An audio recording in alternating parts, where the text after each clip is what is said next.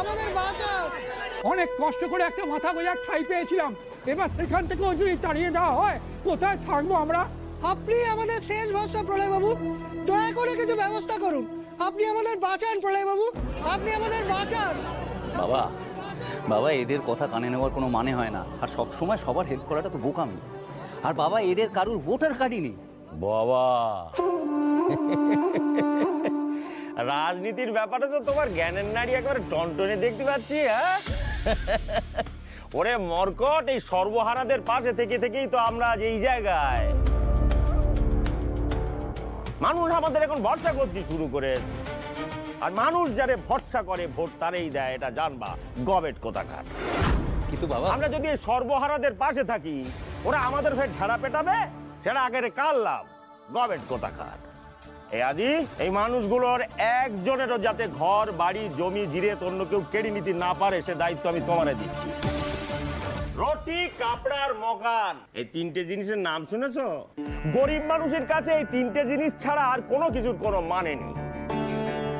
আমরা যদি এদের পাশে না দাঁড়াই, এরা যাবে কোথায়, বাঁচবে কি করে গবেট কোথাকার। বাবা তুমি টেনশন করো না, আমি আছি তো, আমি সামনে নেব।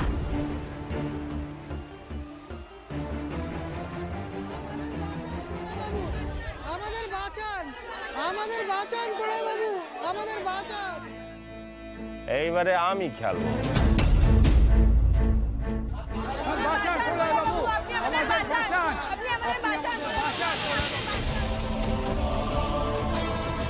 ওরা আমাদের ঘর বাড়ি সব ভেঙে দিচ্ছে, দয়া করে কিছু ব্যবস্থা করুন, কিছু ব্যবস্থা করুন প্রলয় বাবু। আপনারা শান্ত হন, শান্ত হন আপনারা। আপনাদের কোনো ভয় নেই, আপনাদের ঘর কেউ ভাঙবে না। আমি আছি তো আপনাদের পাশে, নাকি?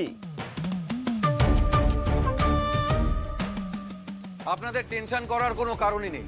আপনারা যেখানে থাকতেন সেখানেই থাকবেন। আপনাদের থাকার জায়গার ওপর যে নজর দেবে, বাবার দিব্যি বলছি, চোখ উপড়ে নেব। আপনারা নিশ্চিন্তে ঘরে চলে যান। এই আমার ছোট ছেলে আদি আছে আপনাদের পাশে, আপনাদের কোনো চিন্তা নেই, যান। প্রলয় বাবু অনেক ধন্যবাদ আপনাকে, অনেক ধন্যবাদ। প্রলয় চক্রবর্তী জিন্দাবাদ, জিন্দাবাদ জিন্দাবাদ প্রলয় চক্রবর্তী জিন্দাবাদ, জিন্দাবাদ জিন্দাবাদ প্রলয় চক্রবর্তী জিন্দাবাদ, জিন্দাবাদ প্রলয় চক্রবর্তী জিন্দাবাদ। জিন্দাবাদ জিন্দাবাদ।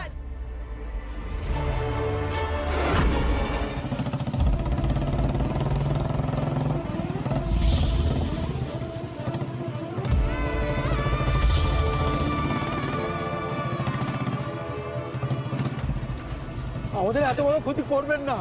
এই বস্তি ভাঙলে আমরা যাবো কোথায় বলুন? আপনার পায়ে পড়ি, আমাদের দয়া করে আমাদের এই ঘরগুলো ভাঙবেন না। এক কথা হাজার বার বললেও বদলাবে না। চল চল এখান থেকে চল। আপনি ঠিক আছেন?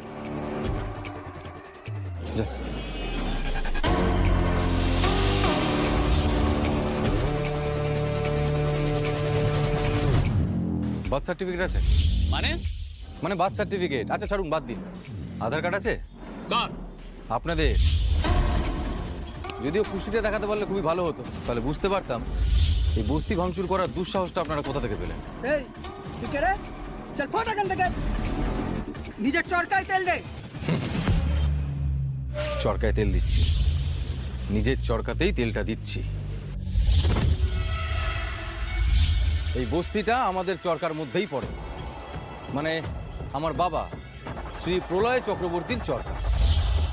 আর এই চরকায় তেল দেওয়ার ক্ষমতা শুধু ওনারই আছে।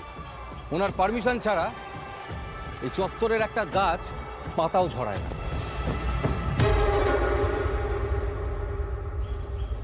আপনারা কোন হরিদাস পাল দুটো কাগজের টুকরো নিয়ে সেই বস্তিটা ভেঙে দেবেন, আর আমরা বসে পপকর্ন খেতে খেতে আপনাদের T20 দেখবো, তাই তো? এই বস্তিটা ভেঙে গুড়িয়ে দিলে এই অসহায় মানুষগুলো কোথায় যাবে, কোথায় থাকবেন এনারা? দেখুন ভালো কথা বলছি, সময় থাকতে থাকতে চুপচাপ কেটে পড়ুন, বুঝলেন তো?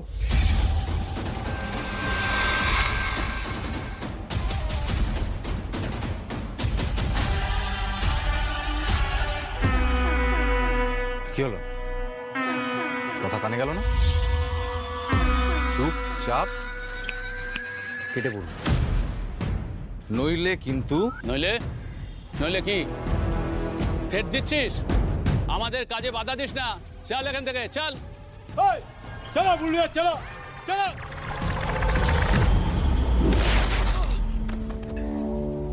কি যেটা করতে চাই না সেটাই বারবার করাবেই করাবে। অহিংসার পুজো করি, সেই হিংসা করাবেই করাবে। I avoid.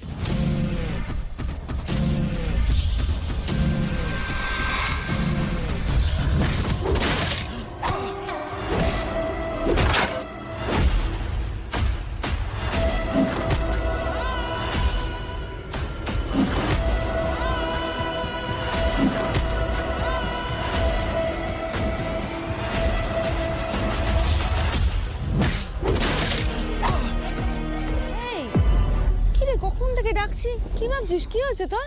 কই কিছু না। রণ, শোন, আমি হয়তো তোকে পেটে ধরিনি, কিন্তু তোর মনের কথা সব আমি পড়তে পারি। আমার কাছে কিছু লুকোস না বাবা। মামনি, তোমাকে বলেছিলাম না আমার এই এক বন্ধুর বাড়িতে বিয়ে ছিল।